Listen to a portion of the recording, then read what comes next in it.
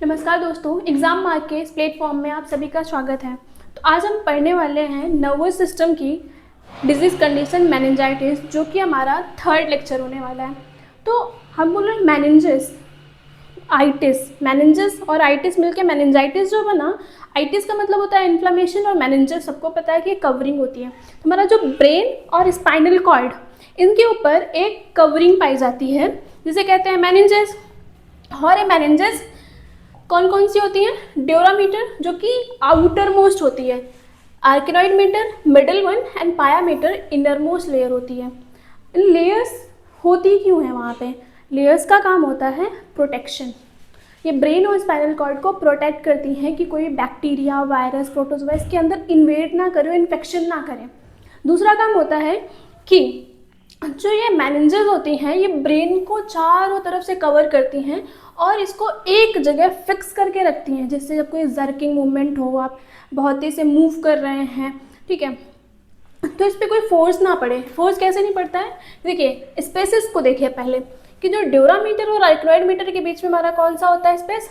सब ड्यूरल space. Obvious सी बात है, ड्यूरा के नीचे है तो जिसके नीचे उसका सब, और ड्यूरल आर्किनॉइड के नीचे है तो सब आर्किनॉइड स्पेस। तो जो सब आर्किनॉइड स्पेस है, इस स्पेस में CSF पाया जाता है। और CSF क्या करता है? कुशनिंग प्रोवाइड करता है कि जब बहुत तेज से मूवमेंट होता है बॉडी, बहुत तेज आप एक्सरसाइज कर रहे हैं, कुछ भी कर रहे हैं, आपका हंसर बहुत तेज से हिल जाए, जर्क हो, तो जो CSF होता है कुशन प्रोवाइड करता है, इसकी वजह से जो ब्रेन में हमारे इंजरी होने से बचाता है। तो समझ आया कि प्रोटेक्शन प्रोवाइड कर रहा है, बैक्टीरियल इन्फेक्शन से इन्वेजन नहीं हो पा रहा है। तो ये सारी मेनिंजेस के हमारे फंक्शन थे। तो आज का हमारा डिजीज कंडीशन है मेनिंजाइटिस, मीन्स इन्फ्लेमेशन हो गया। अगर मेनिंजेस में ही इन्फेक्शन हो जाए तो क्या होगा, कौन कौन से चेंजेस आएंगे बॉडी में, ये आज हम देखने वाले हैं। ओके, तो हमारा meningitis meningitis inflammation of meninges covers brain and spinal cord, can be bacterial, viral, fungal और ट्यूबरकुलर। कह रहा है कि मेनिंजाइटिस में इन्फ्लेमेशन हो जाता है जो कि कवर करती है ब्रेन और स्पाइनल कॉर्ड को, और ये इन्फेक्शन जो होता है, इन्फ्लेमेशन बैक्टीरिया, वायरल और प्रोटोजोअल, ट्यूबरकुलर भी हो सकता है। आगे बोला, देखिए ये होता है, ये हमारे हेयर्स हैं, हेयर्स के नीचे ये स्किन। आप ये मत बोलना कि मुझे तो हेयर्स है, स्किन थोड़े ये टकले हो जाएंगे, तब पता चलेगा कि स्किन भी होती है हेयर्स के नीचे, ठीक है। ये हमारा पेरियोस्टियम, ये बोन के जस्ट नीचे क्या स्टार्ट हो रहा है? मेनिंजेस। तो ये आउटर कौन सी है? ड्यूरामीटर, देन आर्किनॉइड मीटर, मिडल है हमारी, मिडल हुई। पायामीटर कौन सी है? इनर मोस्ट लेयर है ये। अभी देखो, अभी बात की थी मैंने स्पेसेस की, तो ये स्पेस कौन सा हुआ? ड्यूरा के नीचे है तो सब ड्यूरल, और आर्किनॉइड और पायामीटर के बीच होगा तो सब आर्किनॉइड स्पेस। सब आर्किनॉइड स्पेस में क्या होता है? सेरिब्रो स्पाइनल फ्लूइड होता है, और ये क्या प्रोवाइड करता है? कुशनिंग प्रोवाइड करता है। क्या प्रोवाइड करता है? कुशनिंग प्रोवाइड करता है, प्रोटेक्ट करता है हमारे ब्रेन को। दूसरा जो हमारी पायामीटर होती है, इस पायामीटर में बहुत ज़्यादा ब्लड वेजल्स की सप्लाई होती है। तो ये क्या करता है? न्यूट्रिशन, ऑक्सीजन प्रोवाइड करता है ब्रेन को, और जो वेस्ट मटेरियल होता है, वेस्ट को निकाल के CSF में डालता है, उससे एक्सक्रीट आउट हो जाता है। तो ये था फंक्शन कि मेनिंजेस क्या करती हैं और मेनिंजाइटिस क्या होता है। अब क्लासिफिकेशन में देखते हैं, तो जो कॉजेस बताया मैंने, बैक्टीरियल, वायरल, फंगल, ट्यूबरकुलर, उन्हीं के बिहाफ में मेनिंजाइटिस को क्लासीफाई किया गया है। तो पहला है बैक्टीरियल को पायोजेनिक मेनिंजाइटिस भी कहा जाता है। ये याद रखना सबसे इम्पॉर्टेंट पॉइंट कि जितने भी मेनिंजाइटिस के क्लासिफिकेशन पढ़ेंगे आप, उनमें से सबसे ज़्यादा सीरियस कंडीशन होती है बैक्टीरियल मेनिंजाइटिस की। मोस्ट सीरियस टाइप है ये। ओके, कॉज्ड बाय द, किसके थ्रू होता है? Haemophilus influenzae, meningococcus, pneumococcus, streptococcus, E coli, ये सारे बैक्टीरिया हैं जो कि मेनिंजाइटिस कॉज करते हैं। फिर आता है कैन बी लाइफ थ्रेटनिंग, ये लाइफ थ्रेटनिंग कंडीशन होती है। सेकेंड क्लासिफिकेशन हमारा आता है एसेप्टिक मेनिंजाइटिस। एसेप्टिक मेनिंजाइटिस किसके थ्रू होता है? वायरस, फंजाई, प्रोटोजोआ, और ये जो मेनिंजाइटिस है ये लेस सीवियर होती है as compare to bacterial meningitis. Means most severe meningitis कौन सा होगा हमारा, बैक्टीरियल मेनिंजाइटिस। और इसके जो भी सिम्टम्स होते हैं वो सिमिलर होते हैं कॉमन फ्लू की तरह। ओके, एसेप्टिक मेनिंजाइटिस के सिम्टम कॉमन होते हैं, किसकी तरह दिखते हैं, कॉमन फ्लू की तरह। अब आता है थर्ड, ट्यूबरकुलर मेनिंजाइटिस। अब जहाँ पे ट्यूबरकुलर लिख जाए तो हमें पता होता है कि किसका नाम आएगा, माइकोबैक्टीरियम ट्यूबरकुलोसिस का। तो ये हुआ माइकोबैक्टीरियम ट्यूबरकुलोसिस के थ्रू होने वाली ट्यूबरकुलर मेनिंजाइटिस। अब आते हैं कि एटियोलॉजी क्या है। हमने पढ़ा कि acute bacterial meningitis caused by, पहले भी हमने कुछ देखे थे ना, अभी देख लीजिए, E coli, pseudomonas, aeruginosa, klebsiella, group B streptococcus, ये नाम याद रखने, ग्रुप बी स्ट्रेप्टोकोकस। और meningitis, meningitis, influenzae, streptococcus aureus. पहले क्या पढ़ा हमने इधर, ग्रुप बी स्ट्रेप्टोकोकस, इधर क्या है, स्ट्रेप्टोकोकस ऑरियस। ओके, अब आता है प्री डिस्पोजिंग फैक्टर। मतलब कौन कौन से ऐसे फैक्टर हैं जिनकी वजह से मेनिंजाइटिस होने के चांसेस ज़्यादा हो जाते हैं।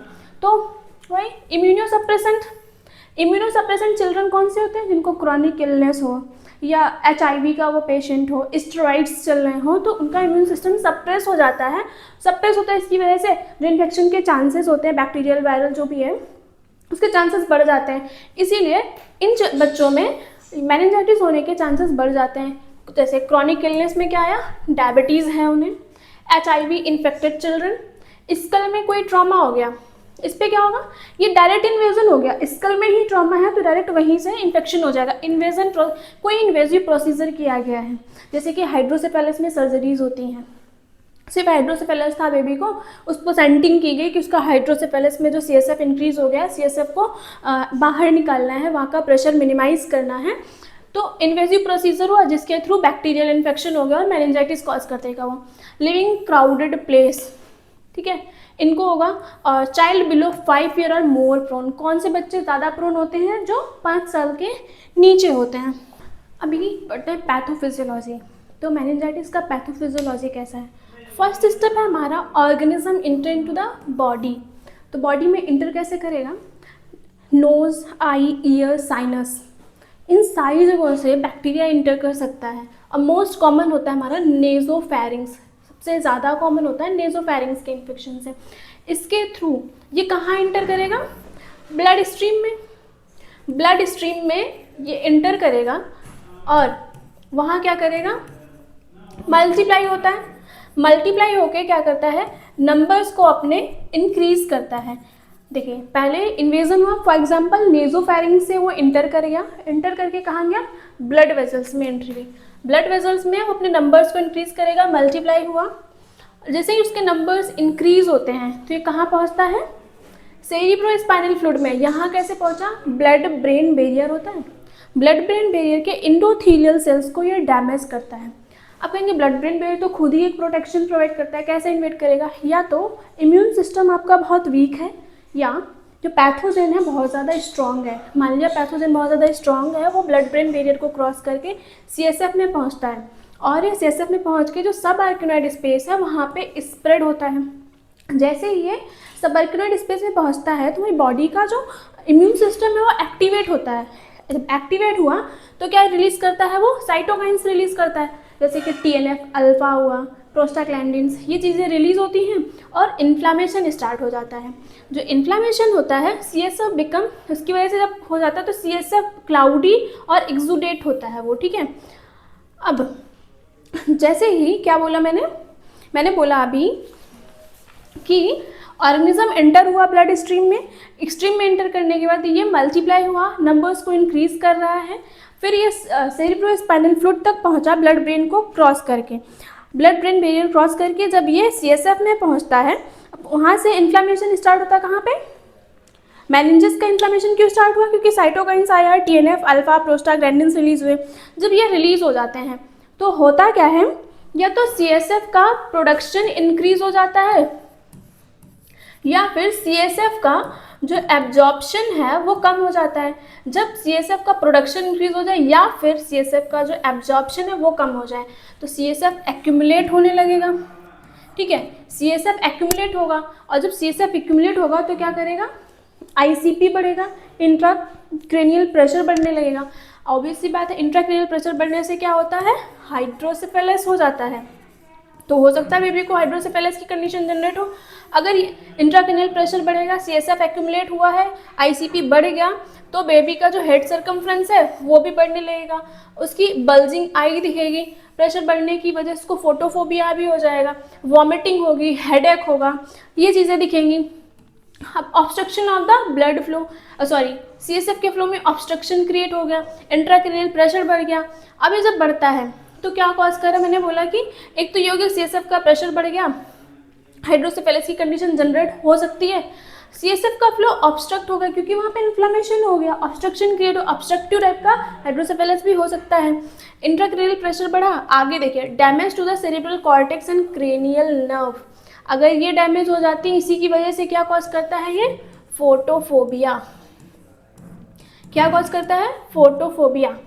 ऑप्टिक नर्व जो है डैमेज होने लगती है, बहुत सेंसिटिव हो जाती है, इससे सनलाइट पड़ती है तो उसको मतलब पेन होता है, उसे बहुत सेंसिटिविटी रहती है, फोटोफोबिया हो जाता है। अभी मैंने बोला कि पहले देखिए एक बार फिर से रिवीजन कर लेते हैं कि ऑर्गेनिज्म इंटर हुआ नेसोफैरिंग्स के थ्रू, ये ब्लड स्ट्रीम में पहुंचा, वहाँ मल्टीप्लाई हुआ, नंबर्स इंक्रीज होते हैं, जैसे इसके नंबर बढ़ जाते हैं तो ये कहाँ पहुँचता है, ब्लड ब्रेन बैरियर को क्रॉस करके CSF में पहुंचा, कहाँ, सब आर्किनोइड स्पेस में। सब आर्किनोइड स्पेस में हमारा साइटोकाइंस रिलीज होते हैं, साइटोकाइंस रिलीज होते हैं तो स्टार्ट होता है इन्फ्लामेशन, और जो CSF का प्रोडक्शन बढ़ जाता है या फिर CSF का जो एब्जॉर्प्शन है वो रिड्यूस होने लगता है। जब रिड्यूस हो जाता है तो CSF बहुत ज़्यादा एक्यूमुलेट होने लगता है, जब एक्यूमुलेशन होता है तो इंट्राक्रेनियल प्रेशर बढ़ जाता है, इंट्राक्रेनियल प्रेशर बढ़ता है, ये डैमेज करता है सेरेब्रल कॉर्टेक्स को, क्रेनियल नर्व्स को और एडिमा क्रिएट करता है। तो मैंने बात की कि डैमेज हो गया कॉर्टेक्स एंड क्रेनियल नर्व, बोला मैंने कि एडिमा हो रहा है, तो मेनिंजाइटिस में एडिमा कैसे होगा, पहला बोला गया vasogenic oedema, second one is the cytotoxic oedema, third is the interstitial oedema. तो वैसोजेनिक एडिमा क्या होता है, वैसोजेनिक एडिमा में जो ब्लड ब्रेन बैरियर होता है ये डैमेज हो जाता है, जब ये डैमेज हो गया इन्फेक्शन की वजह से तो प्लाज्मा जो है वो लीक करता है ब्रेन के टिश्यूज़ में। जब ब्लड ब्रेन बैरियर डैमेज हो जाए और प्लाज्मा लीक होके आए कहाँ पे, ब्रेन के टिश्यूज़ में, तो इसकी वजह से जो एडिमा क्रिएट हुआ इसको बोलते हैं वैसोजेनिक एडिमा। अभी दूसरा है साइटोटॉक्सिक एडिमा। साइटोटॉक्सिक एडिमा में जब न्यूरॉन्स और ग्लायल सेल, किस ग्लायल सेल में स्वेलिंग होती है, इसमें न्यूरॉन्स और ग्लायल सेल में जब स्वेलिंग होती है तो बोलते हैं साइटोटॉक्सिक एडिमा। और स्वेलिंग होती क्यों है, टॉक्सिन्स जो रिलीज हुए और ऑक्सीजन सप्लाई रिड्यूस हो गई, इसकी वजह से जो हुआ साइटोटॉक्सिक एडिमा हुआ। Third one is the interstitial oedema. Interstitial oedema में क्या होता है, एक्सेस CSF जो है वो वेंट्रिकल्स को डायलेट कर देता है। पहले ही बोला ना कि CSF इंक्रीज होने लगेगा, CSF का प्रोडक्शन इंक्रीज होगा या फिर एब्जॉर्प्शन कम हो जाएगा, जिसकी वजह से जब एक्यूमुलेशन होगा CSF का तो वेंट्रिकल्स डायलेट होंगे और क्या कॉज करेगा, हाइड्रोसेफेलस, से पहले भी बता दिया मैंने, ये हुआ। एडिमा क्यों हुआ, अभी यहाँ बोला जा रहा है वस्कुलर डैमेज। सेवेंथ में वस्कुलर डैमेज में क्या है, ये पॉइंट जो है इस पर बोला गया inflammation mediators damage blood vessels. जब इन्फ्लामेटरी मीडिएटर्स ये आते हैं, जो साइटोकाइनिन, थ्रोम्बोसाइटोपिन है तो सॉरी मैंने बोला कि जो वस्कुलर डैमेज हुआ क्यों हुआ कि इन्फ्लामेटरी मीडिएटर्स जो हैं, साइटोकाइन्स रिलीज हुआ, ये ब्लड वेसल्स को डैमेज करेगा। जब ब्लड वेसल्स डैमेज हो जाती हैं, जब ब्लड वेसल्स के अंदर क्या होता है, ब्लड, तो ये ब्लड क्या होता है, वहाँ पे क्लॉट्स का फॉर्मेशन होने लगता है, उसको क्या बोलते हैं, थ्रोम्बोसिस। और कहीं भी थ्रोम्बोसिस होता है तो क्या बोलते हैं इसको, जब थ्रोम्बोसिस होगा तो बोलेंगे ब्रेन इन्फ्रैक्शन, यानी ब्रेन टिश्यू की डेथ। ठीक है, ये था। तो एक बार फिर से रिवीजन कर लेते हैं। Pathophysiology of meningitis, please confuse मत होना, बहुत आराम से रिलैक्स होके पढ़ना। अगर आप रिलैक्स नहीं है तो प्लीज़ जाइए, मुंह धो के आइए और आराम से फिर से बैठ के पढ़िए। देखिए, बिना किसी कंफ्यूजन के अगेन एक बार इजी वे में समझते हैं। ऑर्गेनिज्म है कोई, वो एंट्री कर गया हमारी बॉडी में। मैंने बोला कि ईयर्स हो सकता है, साइनस से, नोज से, और मोस्ट कॉमन क्या है, नेजोफेरिंग्स, इसके थ्रू वो एंटर करता है। क्या करेगा एंटर करके? जो ब्लड वेजल्स हैं इनमें जाएगा। ब्लड वेजल्स में आपका एक स्टोरी क्रिएट करिए, नाक के थ्रू मान लीजिए कि ये नेजोफेरिंग्स के थ्रू गया, ब्लड वेजल्स में गया, यहाँ से कहाँ पहुँचा कि ब्लड वेजल्स में पहुँच गया। ब्लड वेजल्स में एक गया था, इसने मल्टीप्लाई स्टार्ट किया, मल्टीपल हो गए इसके अंदर, ठीक है, इतने सारे हो गए। अब ये क्या करेंगे, ये कहाँ जाएंगे? ब्लड ब्रेन बैरियर को क्रॉस करेंगे, उसकी लेयर्स को डैमेज करके एंट्री करेंगे सेरिब्रोस्पाइनल फ्लूइड में, और सब आर्किनोइड स्पेस में जैसे ये सब आर्किनोइड स्पेस में पहुंचेगा तो जो साइटोकाइंस रिलीज होना स्टार्ट हो जाते हैं, और साइटोकाइंस जब रिलीज होंगे तो क्या करेगा? इन्फ्लामेशन। साइटोकाइंस में क्या आ गया? TNF alpha, prostaglandins, inflammation start हो जाएगा। और जैसे इन्फ्लामेशन स्टार्ट होता है तो उसके आगे आप ये बोल सकते हैं कि इन्फ्लामेशन स्टार्ट होने की वजह से जो CSF है ना, CSF का तो एब्जॉर्प्शन कम हो जाएगा या फिर प्रोडक्शन बढ़ जाता है। जब प्रोडक्शन बढ़ता है और दूसरी तरफ CSF कैसा हो जाएगा? क्लाउडी, उसको एक्सुडेट बोलते हैं, ठीक है। ऐसे CSF को क्या बोलते हैं? Exudate CSF। अब CSF का प्रोडक्शन बढ़ गया, एब्जॉर्प्शन कम हो गया मान लेते हैं, तो CSF वहाँ पे क्या हो गया? ऑब्स्ट्रक्शन ऑफ द फ्लो भी हुआ क्योंकि इन्फ्लामेशन हुआ, अब उसका एब्जॉर्प्शन कम हो गया, प्रोडक्शन बढ़ गया। जब प्रोडक्शन बढ़ गया तो और फ्लो नहीं हो पा रहा है CSF का, एक जगह एक्यूमुलेट होगा, एक्यूमुलेट होने से इंट्राक्रेनियल प्रेशर बढ़ेगा, और जब इंट्राक्रेनियल प्रेशर बढ़ता है तो क्या कौन सी डिजीज कंडीशन होती है? CSF एक्यूमुलेट हुआ, इंट्राक्रेनियल प्रेशर बढ़ गया तो होता है हाइड्रोसेफेलस। अब ये जितना भी ये इंक्रीज हुआ, प्रेशर इंक्रीज होने से और CSF एक्यूमुलेट होने से जो सेरिब्रल कॉर्टेक्स और क्रेनियल नर्व्स हैं ये डैमेज होने लगती हैं। दूसरी तरफ कहता है एडिमा भी होता है, इन्फेक्शन हुआ तो एडिमा होगा ना। तो इसके बाद आता है कि एडिमा कैसे हो सकता है? 3 तरीके से आप बोल सकते हैं कि यहाँ एडिमा हो रहा है। पहला vasogenic oedema, cytotoxic oedema, interstitial oedema. अब वैसोजेनिक एडिमा कब होगा? कब बोलेंगे कि इस पेशेंट को मेनिंजाइटिस है और एडिमा कैसा है इसका? वैसोजेनिक है या साइटोटॉक्सिक है या इंटरस्टिशियल है? तो हम बोलेंगे कि पेशेंट को वैसोजेनिक एडिमा है क्योंकि इस पे जो इसका बैक्टीरियल इन्वेजन है इसने ब्लड ब्रेन बैरियर को क्रॉस किया, और क्रॉस करने के बाद जो प्लाज्मा था वो प्लाज्मा ब्रेन के टिश्यूज में लीक कर रहा है। लीक होने से कौन सा हुआ oedema? Vasogenic oedema. Second one is cytotoxic oedema. Cytotoxic oedema तब बोलेंगे जब न्यूरॉन्स और glial cell damage, glial cell में स्वेलिंग हो जाए। न्यूरॉन्स और ग्लायल सेल में स्वेलिंग कब होगी? जब टॉक्सिन्स हो जाए वहाँ पे बहुत ज़्यादा और ऑक्सीजन रिड्यूस हो जाए। ऑक्सीजन की कमी और टॉक्सिन्स की प्रेजेंस से साइटोटॉक्सिक एडिमा हो गया। ओके, अब इंटरस्टिशियल एडिमा कब बोलेंगे? जब एक्सेस में CSF सेरिब्रोस्पाइनल फ्लूइड एक्यूमुलेट होगा तो वेंट्रिकल्स डायलेट हो जाएंगे। वेंट्रिकल्स डायलेट होने से हो जाएगा हाइड्रोसेफेलस। तो मीन्स हाइड्रोसेफेलस की कंडीशन में कैसा एडिमा हो रहा है? इंटरस्टिशियल एडिमा हो रहा है। ये तो हुआ। अब कह रहे हैं कि वस्कुलर डैमेज। वस्कुलर डैमेज में क्या हुआ? जो इन्फ्लामेटरी मीडिएटर्स हमारे रिलीज हुए थे वो ब्लड वेजल्स को तो डैमेज कर रहे हैं, ठीक है। ब्लड वेजल्स मतलब वो इम्यून सिस्टम का था पार्ट हमारा, बट अल्टीमेटली वो कहीं ना कहीं ब्लड एक्सेस अमाउंट में जब हो जाते हैं तो ब्लड वेजल्स को डैमेज करने लगते हैं। जब डैमेज करेंगे इसकी वजह से क्या फॉर्म हो रहा है? ब्लड के क्लॉट्स बनने लगते हैं, उसको बोलते हैं थ्रोम्बोसिस। और ये क्या होता है? इसकी वजह से ब्रेन इन्फ्रैक्शन यानी ब्रेन टिश्यू की डेथ होने लगती है। आई थिंक अब तो पैथोफिजियोलॉजी समझ आ गया होगा। तो नेक्स्ट है हमारा कि ये सारी कंडीशन होने की वजह से क्लिनिकल फीचर्स क्या क्या दिखेंगे?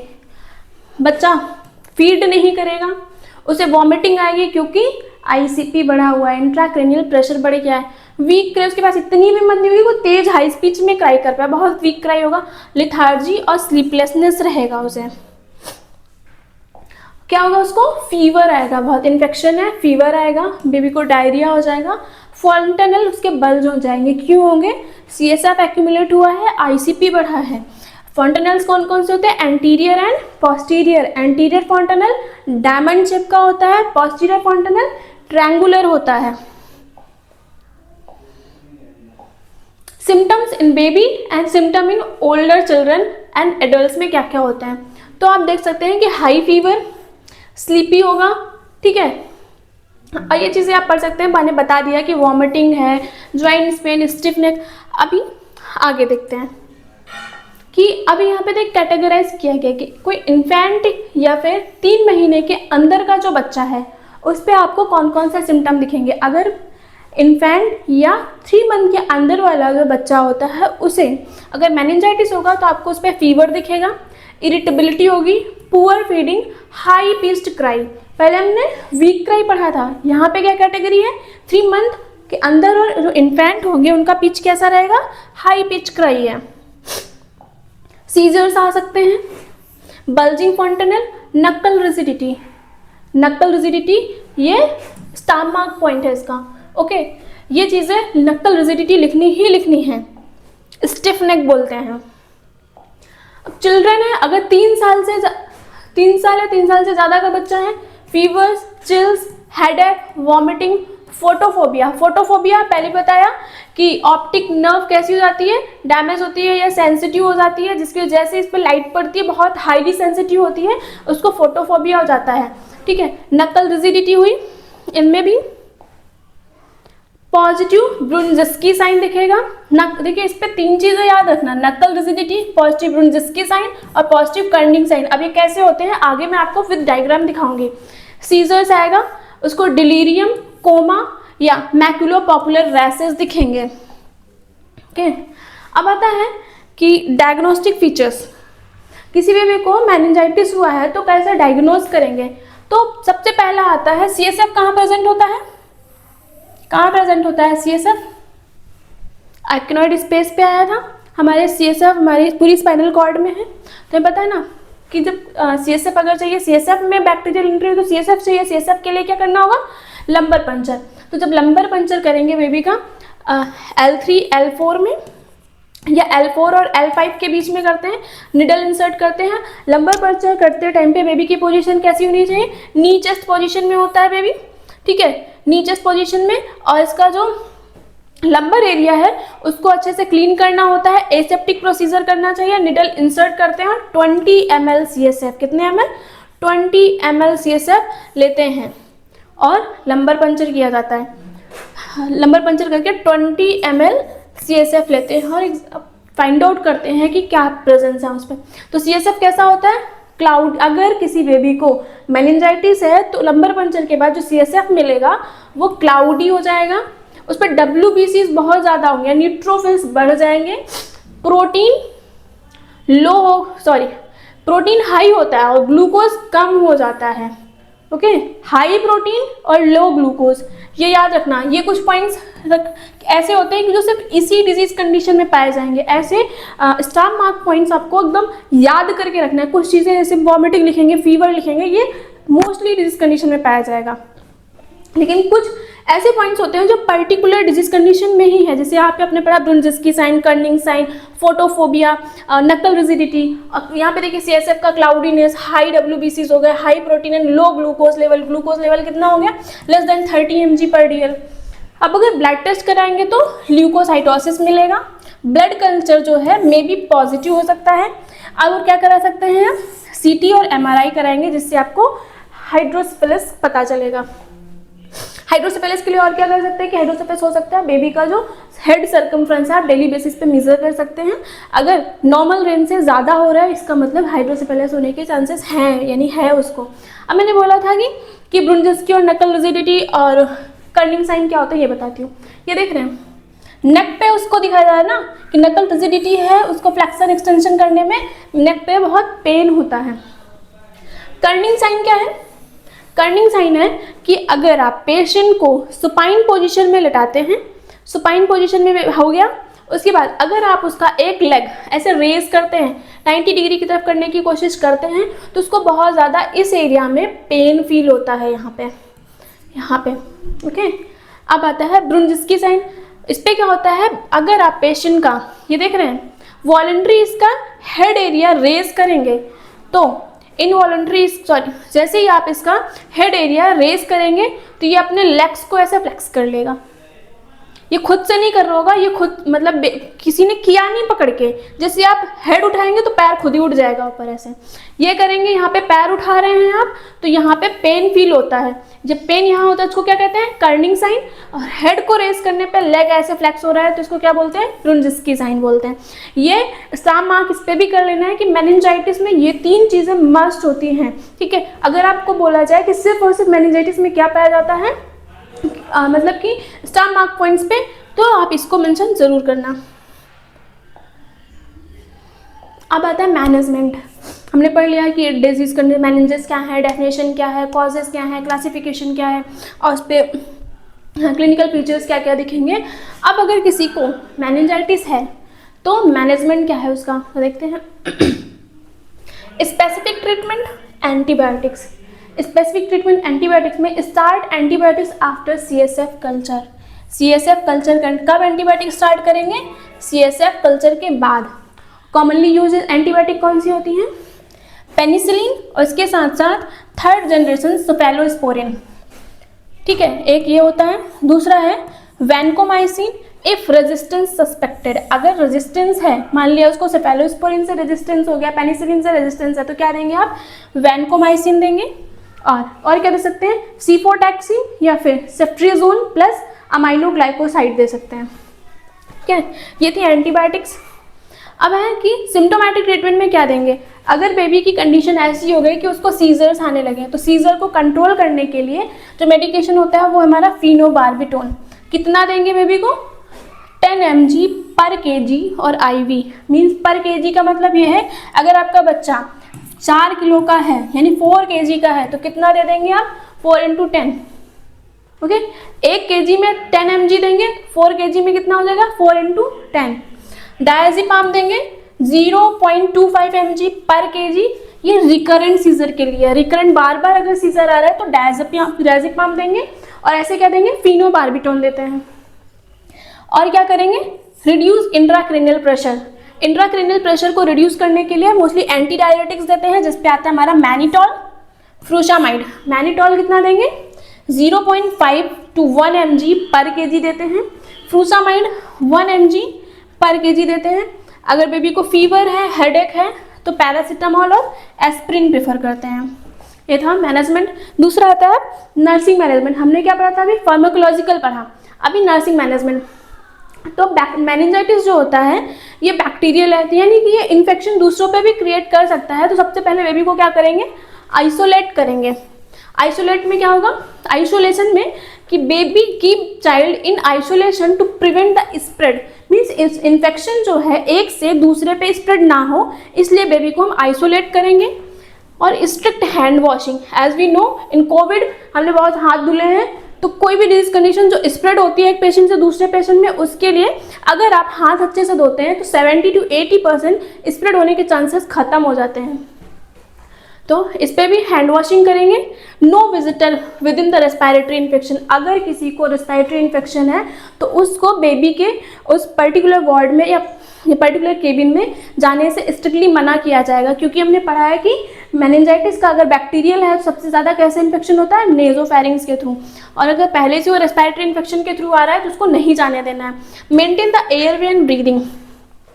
तो बेबी का जो रेस्पिरेटरी स्टेटस है मॉनिटर करते रहेंगे, अगर ज़रूरत है तो ऑक्सीजन प्रोवाइड करेंगे, उसका रेस्पिरेटरी रेट रिड्यूस हो रहा है तो। Drug administration, give antibiotics, anti convulsants. कौन से एंटीबायोटिक्स देंगे? पहले ही मैंने बता दिया, पेनिसिलिन, सेफ्ट्रिजोन, सारी चीज़ें। और एंटी कन्वर्जेंट्स में मैंने बताया फिनोबार्बिटोन, डायजेपाम। और क्या करेंगे? Minimum 7 to 10 days course. ये कब कितना कोर्स होता है? कम से कम 7 से 10 दिन का ये कोर्स चलता है। ओके, अब डी है control of seizure and prevent injury. अभी तो उसके पहले हमने सीजर का फार्माकोलॉजिकल मैनेजमेंट पढ़ा था। यहाँ पे अगर बेबी को सीजर आ रहा है, किसी बच्चे को सीजर आ रहा है, तो एट दैट टाइम आप क्या करेंगे? वहाँ पे क्या करेंगे? आप सीजर अगर आ रहा है तो कंट्रोल कैसे करेंगे? Monitor LOC। LOC क्या है? Level of consciousness. बेबी कितना कॉन्शियस है ये चेक करेंगे। यूज पैडेड साइड रेल्स, यानी बेबी का जो बेड है, बेड में चारों तरफ से साइड रेल्स लगी होनी चाहिए और वो पैडेड होनी चाहिए ताकि उसको इंजरी ना हो। Never leave child alone. उसको कभी अकेला नहीं छोड़ना है कि उसको सीजर आ जाए और वो फॉल हो जाए, फॉल इंजरी क्रिएट हो जाए उसको। Maintain fluid and nutrition. IV fluids if child unconscious. अगर बच्चा अनकॉन्शियस है तो उसको IV के थ्रू फ्लूइड्स दो, उसका हाइड्रेशन न्यूट्रिशन मेंटेन करके रखो। या फिर NG फीडिंग कर सकते हैं आप। Strict intake output chart. Intake और आउटपुट चार्ट स्ट्रिक्टली आपको प्रिपेयर करना है। फिर प्रोवाइड कंफर्ट एंड रेस्ट, कैसे प्रोवाइड करेंगे कंफर्ट एंड रेस्ट? चाइल्ड है फोटोफोबिया, पढ़ा हमने कि बेबी को फोटोफोबिया हो जाता है, लाइट से उसको डर लगता है, तो उसको डार्क रूम में रखेंगे, बहुत ज़्यादा लाइट नहीं रहेंगे, ऐसे कंडीशन में रखेंगे।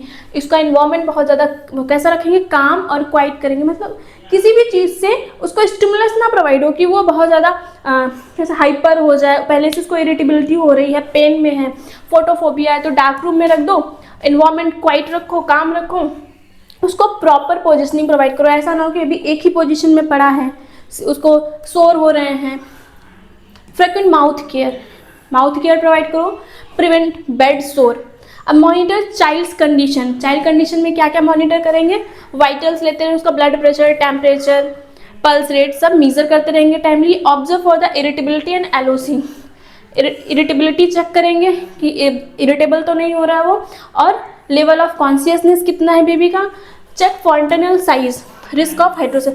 फॉन्टेनल का साइज क्यों चेक किया जा रहा है? मैंने पहले बताया कि अगर इंट्राक्रेनियल प्रेशर बढ़ता है तो फॉन्टेनल्स बल्ज हो जाते हैं, इसीलिए उनका साइज चेक करते रहते हैं। अगर फॉन्टेनल के साइज में कुछ भी चेंजेस आ रहे हैं, इसका मतलब उसको हाइड्रोसेफेलस होने के चांसेस हो गए हैं।